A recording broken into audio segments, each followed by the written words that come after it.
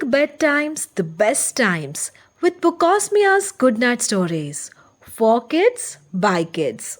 Tanisha from Surat tells a sweet and inspiring story of a father who is a hero for her. What do you think a father could be? An inspiration? A superhero? A magician? The list goes on. I see my father as a genie. What does a genie do? He fulfills wishes and makes people happy. Well, that's what many fathers would do. But my father is different from the rest. To know why, listen ahead. My father works as a principal in a school. The students of the school like him because of his kind and gentle nature. Once there was a girl who was not in my father's school but was in a temple with her mother. She was crying. All others saw the crying girl and went home assuming it was just a fleeting moment of sadness.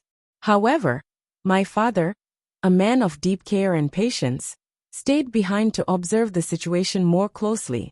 Father quietly observed and found out the girl was crying because she didn't want to go to school.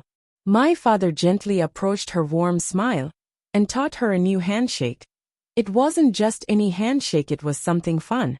Something that invited her to engage in a moment of joy amidst her distress. As they completed the handshake together, the girl's tears began to slow, her face lighting up for the first time. The girl immediately stopped crying. He asked her why she didn't want to go to school. She said she had lost her new pencil box in school, something that was very important to her.